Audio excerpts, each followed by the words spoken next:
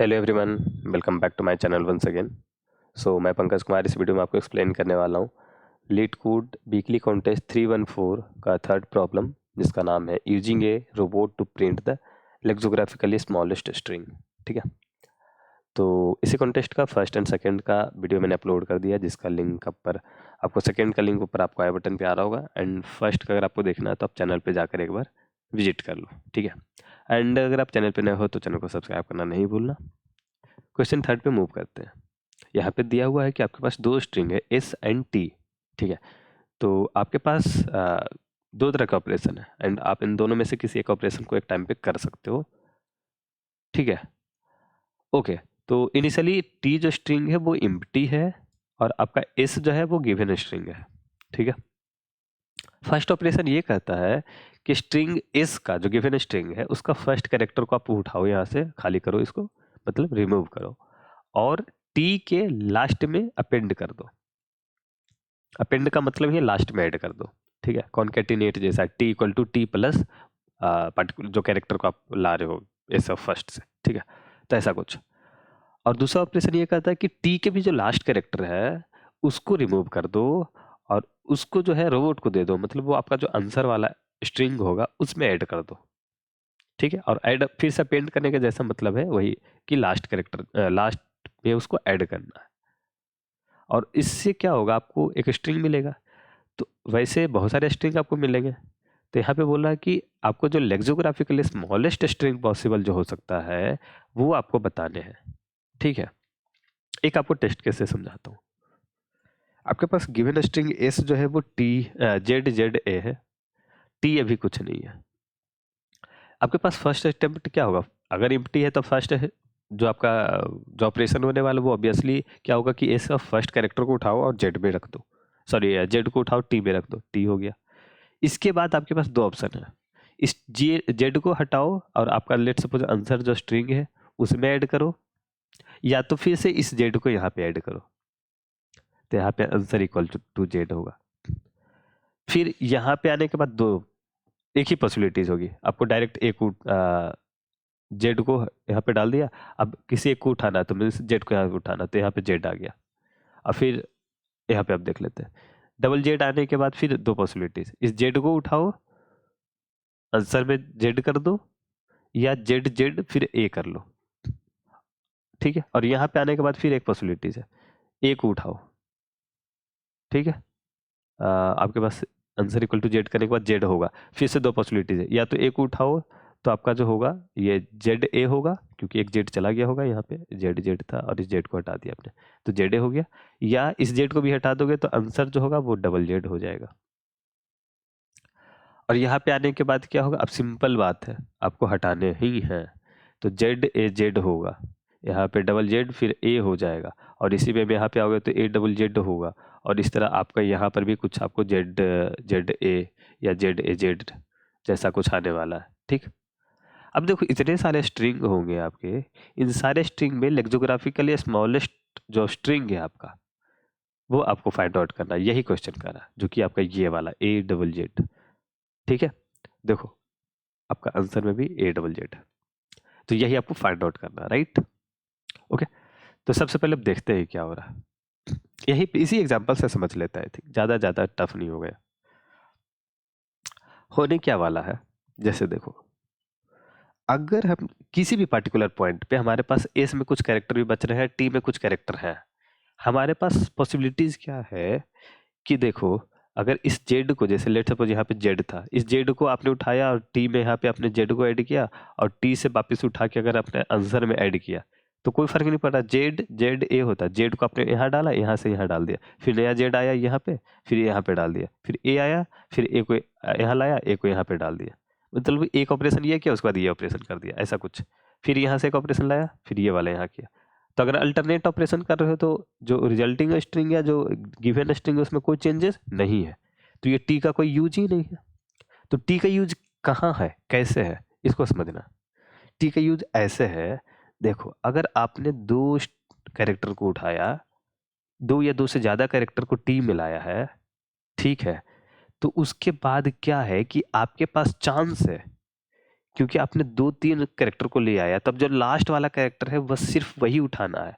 Means आपने ये, जैसे कि लेट सपोज कि आपने ए बी सी था आपका, सॉरी चलो इसको ए बी सी को नहीं, सी ए बी को लिखते हैं, सी ए बी है आपका।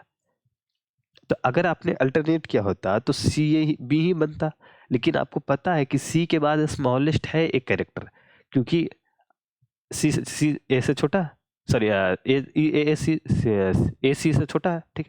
तो अगर कोई ऐसा कुछ उपाय होता कि ए जो है सी के पहले आ गया होता, ठीक, तो ये लेक्सियोग्राफिकली ये तो एटलीस्ट इससे ज्यादा तो छोटा होता ही होता। यही प्रयास हमारा होगा। ये हमारा एस है। टी में हम क्या करते हैं, इस ए को हमें पहले लाना है सी के, तो हम सी को रखें, अब सी को बाहर नहीं निकालना, अभी ए को लाओ, ठीक है। अब देखिए कि ए तो भाई अगर बी को ले आया तो बी उससे भी बड़ा हो जाएगा, और ऐसा कुछ है नहीं, तो पहले हम सी को बाहर कर लेंगे, ठीक। तो ए हमारा आंसर में आ गया, जो सबसे छोटा लेक्सियोग्राफिकल स्मॉलेस्ट की तरफ जा रहे हैं हम लेके। अब देखो ए जब निकल गया तो आपके पास सी सिर्फ बचा, और यहाँ पे बी आपके पास बच रहा।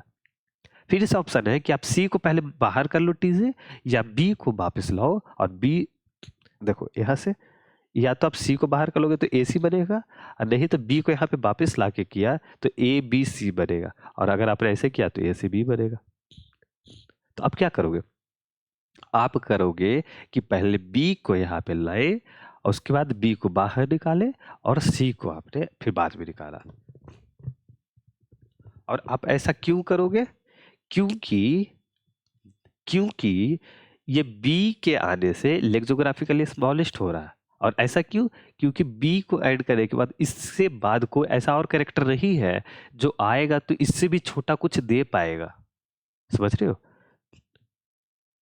इस बी के बाद भी अगर कुछ ऐसा होता, बी के बाद ए जेड एक्स वाई कुछ भी हम कर दें, तो इस बी के बाद भी एक है जो इससे भी छोटा है, इस करेंट कैरेक्टर से भी छोटा है। तो हम यहाँ पे बी लाने के बाद, ये सी को बी लाने के बाद बी को नहीं निकालते, क्योंकि ए के बाद बी हो जाता, और हमारे पास triple times A Z X Y let suppose है, तो हम इससे छोटा इसको बना सकते हैं ना। बी को रखते, जब यहाँ पे आते तो ए को निकाल लेते। अब अगर ये चीज देखिए, यही सेम चीज कि ए के बाद बी होता है, या ए बी के बाद कुछ होता है, तो ऑब्वियसली इतना ही दूर में यहाँ चाहे ए ही क्यों ना हो, ये छोटा हो गया, ठीक है। तो आपका है क्या, आपका अल्टीमेट गोल क्या है कि टी जो है, टी में किसी कैरेक्टर को निकालने के पहले हम देखेंगे कि क्या इसमें अभी इससे और कोई छोटा कैरेक्टर प्रेजेंट है। अगर आगे, क्योंकि देखो आपने निकाल लिया, लेट सपोज यहाँ तक के डिलीट कर दे तो ये पूरा खत्म ही हो गया ट्री, एस। अभी इसमें ये बचा, तो एस में जो इतना पार्ट बचा है, ठीक है, जैसे कि यहाँ पे बी है और यहाँ पे ए जैसा है, तो हम देखेंगे कि क्या बी से भी छोटा कोई है क्या इसमें, इस पूरे एस में जो बचा हुआ एस है उसमें क्या इससे कोई छोटा है। बराबर है तो कोई प्रॉब्लम नहीं है, बराबर में आप दोनों चीज करो, निकाल लो या रहने दो, ठीक है। लेकिन छोटा के साथ प्रॉब्लम है, तो छोटा को हम देखेंगे कि क्या उससे छोटा कोई कैरेक्टर जो है आगे आने वाले पार्ट में है। अगर है तो इस बी को यहीं पे रहने दो, और उस ए को पहले वापस लाओ यहाँ तक। और जब तक ये चीज नहीं होगी, आगे अगर सब ग्रेटर ग्रेटर वाला रह गया, तब इस कैरेक्टर को निकालो, और अगर नहीं तो इसको रहने दो उसी टी में, ठीक है। अब सबसे पहले समझते हैं कि टी क्या है आपका, मतलब यहाँ तो स्ट्रिंग है, लेकिन हम अपने आंसर में अपने जो कोड है उसमें कैसे यूज करने वाले, क्या होने वाले, किस तरह का डेटा स्ट्रक्चर ही है। तो देखो टी पे जो ऑपरेशन होने वाले क्या है, लास्ट में ऐड हो रहा है कोई एक एलिमेंट, और इसी लास्ट के एलिमेंट से रिमूव भी हो रहा है। आपको इसके ऑपरेशन को ऐसे देखो तो समझ में आ रहा होगा कि लास्ट वाला ऐड हो रहा है और लास्ट वाला ही रिमूव हो रहा है।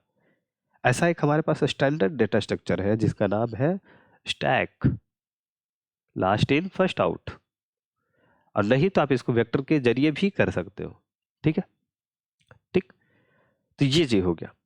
तो आप यहाँ पे स्टैक हम लोग यूज करने वाले हैं। स्टैक अब क्यों ही, उसमें ज़्यादा कुछ नहीं करना, आपके पास टॉप एंड पॉप का सारा कुछ है बना बनाया, तो हम कोई टेंशन नहीं लेने वाले हैं, और सिंपली हम लोग स्टैक यूज करने वाले हैं। अब आपको कोड दिखाता हूँ और इसका कोड के साथ आपको एक्सप्लेन करूंगा। देखो यहाँ पे मैंने लास्ट 26 लेंथ का, ठीक है, एक एरे बनाया जहाँ पे हर एक की इंडेक्स -1 है। अब -1 क्यों, क्योंकि अभी तक कुछ भी इसके बारे में इंफॉर्मेशन नहीं है। ये लास्ट जो एरे है ये बता रहा है कि हर एक कैरेक्टर का वो लास्ट पोजीशन मुझे क्या होगा ये मुझे पता करना। तो अगर ए कहीं पूरे स्ट्रिंग में है तो एक की लास्ट पोजीशन क्या है, क्योंकि मैं आगे का देख रहा हूँ तो अगर लास्ट पोजीशन पता चल गया उसके बाद मतलब कि वो कैरेक्टर नहीं है प्रेजेंट कहीं पे भी, ठीक ऐसा कुछ। तो आपने लास्ट हर एक कैरेक्टर का लास्ट जो होगा वो आपने अपडेट कर दिया। तो लास्ट वाला जो एरे है वो हर एक कैरेक्टर की लास्ट पोजीशन को बताएगा, ठीक है। अगर -1 है मतलब कि वो कैरेक्टर प्रेजेंट ही नहीं है तो वो ऐसे भी कोई दिक्कत नहीं करने वाला। स्ट्रिंग आंसर आपका जो है वो आपका आंसर होने वाला है। स्टैक आपने यहाँ पे डिक्लेयर कर दिया। अब आते हैं इस पे, हर एक कैरेक्टर की बात हो रही है तो हर एक कैरेक्टर को मैंने पुश किया और अब मैं चेक करूंगा। यहाँ पे क्या मैंने बोला था, पुश किया, बाहर निकालने के पहले मैं चेक करूंगा कि कैरेक्टर को अगर मैं बाहर निकाल रहा हूं तो क्या उससे कोई छोटा कैरेक्टर है। तो मैं एक लूप में गया, अगर साइज है, अगर साइज होगा तभी तो हम बाहर उसको पॉप करेंगे ना स्टैक से। तो पॉप करने के पहले मैं चेक कर रहा हूँ तो बूल एग्जिस्ट फॉल्स, मैं माना कि अभी कुछ नहीं है बट मैं चेक करूंगा, ठीक है। अब स्टैक ऑफ टॉप से छोटा जितने भी एलिमेंट होंगे मतलब जितने भी कैरेक्टर हैं उनके बारे में चेक करना। मैंने क्या बोला, बड़ा के साथ कोई प्रॉब्लम नहीं है, इक्वल के साथ प्रॉब्लम नहीं है। प्रॉब्लम किसके साथ है, छोटा वाले कैरेक्टर के साथ। तो मैं सारे छोटे कैरेक्टर जो भी पॉसिबल हो सकते हैं, अगर एस टी के टॉप जो है आपका वो जेड है तो ए टू वाई, अगर वो एक्स है तो ए टू एक्स के पहले वाला, जी है तो एफ तक, ऐसा कुछ मतलब ए टू उस वहां तक के सारे कैरेक्टर। अगर ये ए ही होता तो ये लूप ही नहीं चलेगा, फिर ये भी है तो ऐसा कुछ है। तो ये कैरेक्टर अगर last of C H, last of C H क्या कहेगा कि ये सी एच कैरेक्टर का जो लास्ट पोजीशन है, ठीक है, मतलब जे कुछ ऐसा है जो इस आई से ज्यादा है। आई क्या हो रहा है, हम फर्स्ट कैरेक्टर की बात कर रहे हैं स्ट्रिंग के, तो अभी स्टैक में आ चुका, ठीक। तो अब तक के करंट हमारे पास क्या है, टी में इतने कैरेक्टर हैं या इतने तक इटरेट हमने कर लिया। अब बोल रहा हूँ कि इसके बाद का जो कैरेक्टर है हमारे स्ट्रिंग में, ठीक है, उसमें कोई ऐसा एक कैरेक्टर मिल गया सी एच जो इससे छोटा है, जो हमारा टी के टॉप है उससे भी छोटा है, ठीक है। ये वही चीज बोल रहा है, उससे छोटा मिल गया मुझे। और सी एच क्या होगा, सी एच क्योंकि ट्रेट में कर रहा हूँ ए टू जेड इंक्रीजिंग वे में, तो मुझे सबसे छोटा जो कैरेक्टर है वही मिलेगा। आपको हो कि यहाँ पे ये पॉसिबिलिटीज हो सकती है, आपको हो कि यहाँ पे अगर मैं अभी टॉप पे चेक कर रहा हूँ ऐसा कुछ, टी हमारा ऐसा कुछ है, लेट सपोज यहाँ पे कुछ है, यहाँ पे एक्स एक्स है, और यहाँ पे ऐसा पता चल गया कि सी एच क्योंकि ट्रेट में कर रहा हूँ, चलो तो सी एच चेक कर रहा हूँ मैं। अब मुझे मिल गया कि इस पूरे में है, कहीं पे मुझे बी मिला है, कहीं पे ए मिला है, कहीं पे जी मिला है। तो आपको कि मुझे तो ए लेना चाहिए, सही बात है। तो चूंकि मैं सी एच को क्या कर रहा हूँ, जीरो से चेक कर रहा हूँ, मतलब ये ऑब्वियसली ए के जैसा चेक हो रहा है, ए टू जा रहा है इंक्रीजिंग वे में, तो वो सबसे फर्स्ट कैरेक्टर जो मुझे मिलेगा जो इससे छोटा होगा और यहाँ पे प्रेजेंट है, मीन्स इसका जो लास्ट इंडेक्स है वो स्ट्रिंग में अभी भी कहीं इधर है। यहाँ तक तो खत्म हो गया, यहाँ तक ये आई है, आई के बाद है, यही मैं चेक कर रहा हूँ। Last of diet character is greater than I, ठीक है, इक्वल टू तो नहीं हो, इक्वल टू में तो यहाँ पे आप वही सेम चीज मिलने वाला था। तो लास्ट ग्रेटर देन आई मतलब ये प्रेजेंट है, तो अपना एग्जिस्टेंस इक्वल टू ट्रू रखा। और मैं फिर बोल रहा हूँ कि सी एच में सबसे लोएस्ट वाली वैल्यू आपको मिलने जा रही है, और मैं यहाँ पे ब्रेक कर दिया। अब मुझे मिल गया कि चलो उस कैरेक्टर को सबसे पहले उठानी है मुझे, तो उस कैरेक्टर को उठाया। अब मैं देख रहा हूँ कि अगर एग्जिस्ट नहीं किया तो ब्रेक कर दो, तो कुछ नहीं करना आपको, ठीक है। अगर कोई आगे के सारे सारे बड़े हो गए, अब मैं करंट जो भी वैल्यू पे खड़ा हूँ यहाँ पे एक्स के साथ हूँ, तो अब मुझे पता चला कि एक्स के बाद जितने भी इधर कैरेक्टर सारे इससे बड़े मतलब बाई वाई जैसा है, तो एक्स ही को उठा लो। तो अगर नहीं होगा, इफ एग्जिस्ट नहीं है तो हटा दो इसको, और अगर इससे छोटे मिले मुझे तो आंसर में पुश बैक करो टॉप वाले कैरेक्टर को, टॉप वाले को हटाओ और एस टी के पॉप कर दो, मतलब वो कैरेक्टर एक्स को हटाओ, सॉरी यस एस टी के टॉप, हाँ ये कर सकते हो। अगर नहीं है तो एक्स को हटाओ और ए को रहने दो भी, तो ऐसा कुछ है यहाँ पे, ठीक है। तो ये चीज हो गई। अब सारा कुछ करने के बाद क्या होगा, अब जो भी स्टैक में बचे, अब सारा लास्ट तक की ट्रेड मैंने कर लिया, लास्ट तक की ट्रेड करने के बाद देख रहा हूँ अब तो खत्म हो गया, इसका अपना काम खत्म। तो अब जितने भी कैरेक्टर स्टैक में बचे हैं उन सारे कैरेक्टर को वापस फिर से निकाल लो और आंसर में ऐड करते हुए चले जाओ। ठीक है, ओके। तो ये चीज़ हो गया। अब इससे क्या हो गया, आपको सारा मिल गया, और वो भी लेक्सिकोग्राफिकली स्मॉलेस्ट ऑर्डर में। ठीक है, अब मैं आपको एक एग्जांपल देता हूँ इसी से, जैसे जेड जेड ए वाला ही है, तो ऐसे देखते हैं। जेड जेड ए, टी में देखो अभी आपके पास जेड है, आगे मैं देखूंगा, ठीक है, तो यहाँ पे देखो इस चीज को, यहाँ पे अब मैं चेक करूंगा इसके यहाँ पे, ठीक है, तो यहाँ पे जैसे पुश किया साइज पे आया exist equal to false, false हो गया आपका। अब मैं चेक करूंगा कि उसके पहले जितने भी कैरेक्टर हैं उनका क्या लास्ट पोजीशन है इससे इस अभी कम। ठीक है, तो इसके पहले जो भी हैं वो तो है ही नहीं।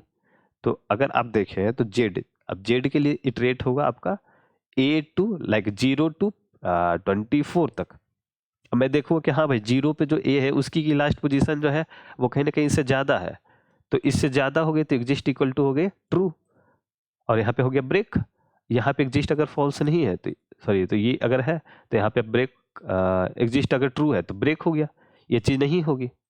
मतलब कि इस ए का अब हम वेट करने वाले हैं, तो इस ए का वेट करेंगे तब तक हम सारे कैरेक्टर को एज इट इज यहाँ पे रखेंगे। अब ए जैसे ही आएगा ए को पॉप अप करेंगे, तो यही हो रहा है। एग्जिस्ट अगर ट्रू है तो ब्रेक कर दो, मतलब कि कोई है तो अभी इसको मत निकालो, ये कैरेक्टर भी निकलना नहीं चाहिए, उस कैरेक्टर का वेट करेंगे, तो उस कैरेक्टर के लिए वेट करेंगे, और अगर नहीं तो ये कैरेक्टर को यहाँ पे निकाल दो। ठीक है, हो गया। अब सब कुछ करने के बाद फिर से यही चीज़ है, ये हो गया। आई होप आपको इसका एक्सप्लेनेशन कोड समझ में आया होगा। तो इस क्वेश्चन में इतना ही था, ये थोड़ा सा घुमावदार क्वेश्चन तो था ही, ठीक है। तो आई होप आपको समझ में आ गया, मैंने बेहतर ढंग से आपको समझाने की कोशिश की है। ओके ओके, सो नीचे डिस्क्रिप्शन बॉक्स में आपको क्वेश्चन का लिंक, कोड का लिंक एंड टेलीग्राम चैनल का लिंक मिल जाएगा, तो आप जाकर देख लेना। ओके, कैसा लगा आपको एक्सप्लेनेशन मेरा, आप बता देना, ठीक है।